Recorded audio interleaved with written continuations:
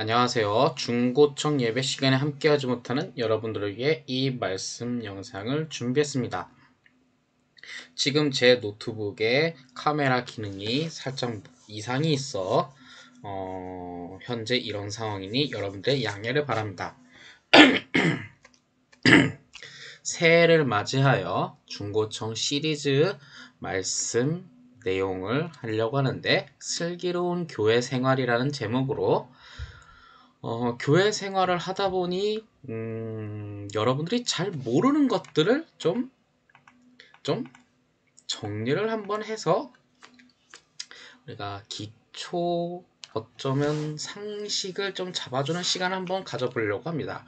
그 첫 번째 시간으로 기독교라는 단어와 천주교라는 단어, 그리고 개신교라는 단어의 차이점. 자, 여러분들에게 한번 질문해보죠. 기독교와 천주교는 같은 단어일까요? 다른 단어일까요? 대부분 다른 단어라 생각하시는 분들이 있다면 틀린 겁니다. 자, 그러니 여러분들은 한번 오늘 이 시간 토대로 우리의 정체성, 우리가 어떻게 살아가는 존재인지 한번 그 시간을 알아볼 수 있기를 간절히 소망합니다. 자, 여러분들에게 질문 한번 드려보겠습니다. 우리가 소속된 교회의 이름 무엇일까요? 우리 교회의 정확한 이름은 기독교 대한감리의 성남교회입니다. 이게 정확한 이름이에요. 그냥 성남교회, 줄여서 성남교회라고 하죠. 근데 이 앞에 있는 기독교 대한감리의 이거 뭘까요? 라고 생각할 거예요. 왜 이렇게 길어요? 이거까지 저희가 외워야 돼요? 복잡해요 라고 하는데, 이것의 의미도 우리가 알아둘 필요가 있죠. 정확히 우리가 이것까지, 우리 교회는 기독교 대한감리의 성남교회입니다, 이렇게까지 소개할 필요는 없겠지만 이것의 의미 정도는 우리가 알아야지 누군가가 질문을 했을 때 우리는 우리 교회 소속으로서 대답할 수 있지 않겠습니까? 이래야지 내가 좀 교회 좀 다녔다, 이 정도는 대답할 수 있지 않겠습니까? 이것도 대답 못하면 좀 당당하게 이 학생은 우리 교회에 소속된 사람이라고 내가 당당하게 말을 못하겠어요. 그러니 여러분들이 이것을 한번 알아볼 필요가 있습니다. 기독교 대한감리회라는 이 단어는 교단 명칭이라고 보시면 돼요. 기독교 대한감리회, 여기 기독교는 예수 그리스도의 인격과 교훈을 중심으로 하는 우리의 종교다라는 뜻을 갖고 있죠. 그리고 거기에 대한이라는 것은 대한민국에 있다.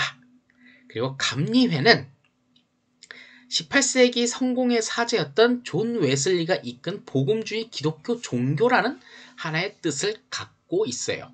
즉, 기독교 대한감리회란 한국에 있는 예수 그리스도 기독교 종교라는 뜻을 갖고 있지요. 즉, 기독교 대한감리회라는 뜻 하나만으로도 우리는 한국에 있는 예수 그리스도를 중심으로 하는 종교입니다 라고 소개할 수 있는 함축적인 의미를 갖고 있어요. 이것만 가지고도 우리는 바로 예수님이라는 한 분을 중심으로 앞장서서 하고 있어요. 물론 여러분들은 이렇게 생각하죠. 전 예수님 관심 없는데요? 그렇게 생각한다면 여러분들이 왜 우리 교회 나오시는 거죠? 간식 많이 사줘서? 물론 그럴 수도 있겠는데 그럼 다른 데에서 간식 많이 사주면 거기 갈 거예요? 참 그렇죠. 하지만 아무튼 우리 성남교회에 왔으니 성남교회는 기독교 대한감리, 기독교, 예수님은 이런 것이다라는 것 정도는 알려줄 필요가 있다 생각해서 오늘 이 시간을 마련했으니 우선 드러나 보십시오. 자, 그렇다면 천주교와 기독교, 이것은 무슨 차이점이 있냐? 솔직히 기독교는 예수 그리스도의 인격과 교훈을 중심으로 하는 종교예요. 근데 천주교는 성당이죠.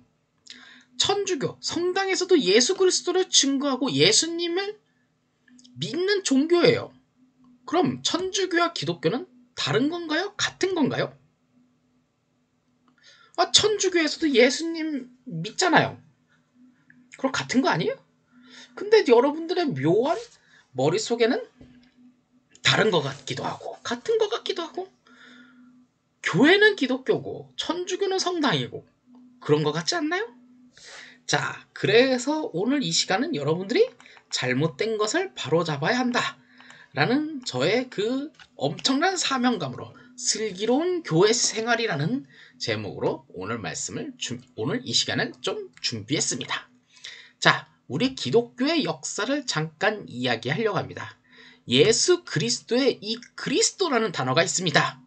이 그리스도를 한문으로 번역하면 그게 기독교예요. 이게 중요한 거야. 즉, 예수님께서 이 땅에서 승천하신 이후 12명의 제자들이 예수님의 가르침을 이 세상에 전파하자 했던 예수운동을 시작으로 그때부터 기독교가 시작된 거예요. 네. 그 이후 이 기독교를 가르치고 예수님을 가르쳤던 이 기독교가 그때 당시 그 권력을 가지고 있던 로마 정부와 대립하게 됐죠. 왜 대립하냐? 로마 정부는 야, 너네들은 예수님 섬기지 말고 황제를 섬겨야 한다. 황제에게 절해. 아니, 우리는 예수님을 모시며 예수님을 믿으며 살 거예요. 하다 보니 로마 정부와 대립을 하게 되죠. 이 대립을 했던 게 약 300년 정도 대립을 하게 됩니다. 그 이후 300년 뒤에 313년 밀라노 칙령이라는 이유만으로 로마가 야, 알았어. 야, 너네 기독교 이제 믿어. 우리가 인정해줄게. 저 예전에는 너희 기독교가 하는 행동들 우리가 아이고 싫어했는데 이제 우리가 두 손 두 발 다 들었어. 로마 항복 너희 기독교 이제 우리 로마 제국 안에서 종교 활동 자유롭게 하세요. 했던 사건이 바로 313년 밀라노 칙령이라고 여러분들 사회 시간에 세계사 시간에 나올 거예요. 이거 아마 수능에도 나오지 않을까요? 그렇기 때문에 이 정도는 배워두면 좋을 것 같아요. 이때부터 기독교가 바로 공식적인 종교, 옛날에는 숨어서 활동했는데 이때부터 바로 기독교가 공식적인 종교로 활동하기 시작했고, 그러다 보니 기독교의 체제가 정립하기 시작했습니다. 그때부터 교황이라는 직책, 추기경이라는 직책이 등장해서 체제가 정립하기 시작했죠. 이때부터 바로 카톨릭 체제라는 것이 기독교에서 정립하기 시작했어요. 여기서 카톨릭이란 정통적인 공교회, 정식교회라는 뜻을 갖고 있죠. 카톨릭이 이게 라틴어라서 그렇지 우리나라 언어로 번역하면 공식교회라는 뜻을 갖고 있어요. 근데 이 카톨릭을 한문으로 번역하면 천주교라는 단어로 해석할 수 있는 거예요. 그래서 정식교회, 공식교회라는 뜻을 갖고 있는 천주교, 하늘의 공식교회, 하늘의 주인인 교회, 그런 뜻을 갖고 있어서 그게 천주교로 우리가 받아들이고 있었던 거죠. 그러니 사실상 기독교나 천주교나 똑같은 내용이기도 합니다. 그런데 우리나라로 이렇게 넘어오기 전에 한 가지 문제가 생겼습니다. 그랬던 카톨릭이 부패하고 못된 길로 들어가기 시작했던 거예요. 그러다 보니 이 못된 길로 들어갔던 것을 막고자 새로운 종교개혁을 시작했죠. 그것이 뭐냐? 종교개혁을 하게 되었는데 그 종교개혁의 과정에서 큰 쟁점이 있었습니다. 아까 기독교의 체제가 정립하다 보니 거기에 최고 지도자였던 교황이 있어요. 근데 예수님의 가르침을 문서로 작성했던 것이 바로 정경화 작업을 했던 성경이죠. 자, 예를 들어서 성경의 내용이 제일 넘버원일까요? 교황의 말씀이 넘버원이 될까요? 자, 성경의 말씀과 교황의 말씀이 서로 충돌이 됐을 때 서로 상이하게 다른 내용을 말할 때 우리는 그때 당시의 사람은 성경의 말을 따랐을까요? 그러니까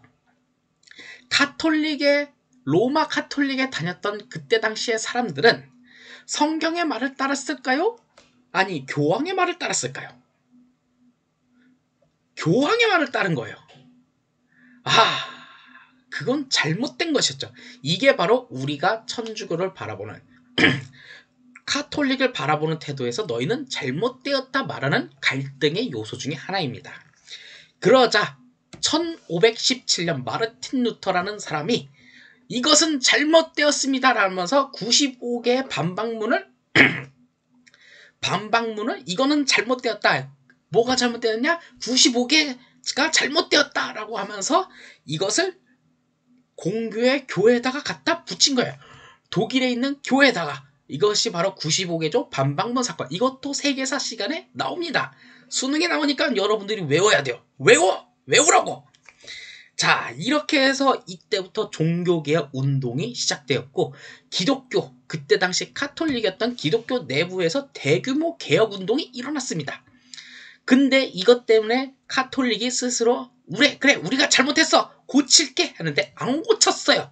그러니까 이런 종교개혁을 해왔던 사람들이 우리는 너희들과 함께 할 수 없어 해서 카톨릭에서 분리되었던 교회 운동했던 사람들이 바로 그 사람들을 개신교라고 했었죠.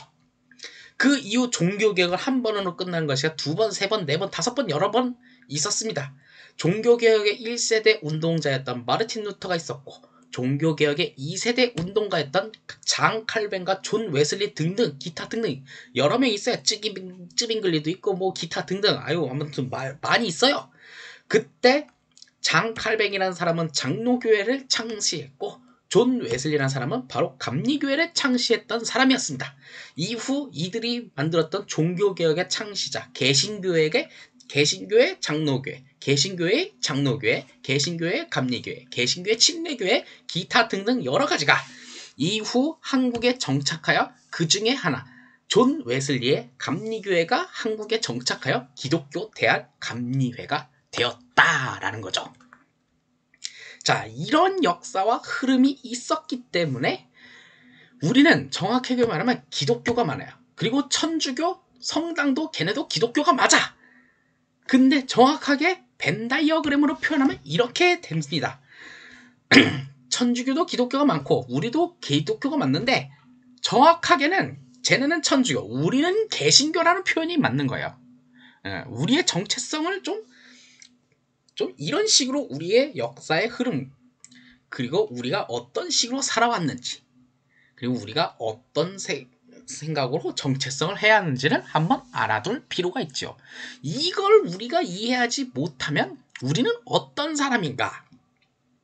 우리는 이 시간을 통해서 기독교에 예수님께서 성경에 있던 내용이 아닌 예수님께서 이 땅에 오셨다가 가르침을 전하고 하나님 품으로 갔을 때 남겨졌던 12명의 제자들이 예수님의 가르침을 전파하는 예수 운동을 했었고 그 이후에 있었던 잘못된 가르침에 대해서 반박을 하고 대규모 운동을 했고 그리고 한국에 정착하는 간략한 내용을 말했습니다.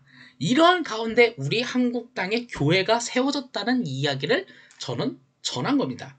이 정도도 우리가 알아야지 슬기로운 교회 생활을 할 수 있기 때문에 제 첫 번째 시간으로 바로 기독교와 천주교와 개신교의 차이점을 간략하게 한번 이야기를 해봤습니다. 우리가 이어졌던 교회 안에서 신앙생활을 하기 때문에 이러한 내용들을 간략하게 알고 그리고 교회 안에서 재밌게 놀고 먹고 간식도 먹고 해야지 우리가 여기서 즐거운 신앙생활을 할 수 있지 않겠습니까? 이 정도는 알아야 합니다. 그러니 여러분들이 이 안에서 큰 신앙생활을 즐겁게 하며 꿈을 키워나갈 수 있는 여러분들이 될 수 있기를 간절히 소망합니다. 오늘의 영상은 여기까지 하도록 하겠습니다.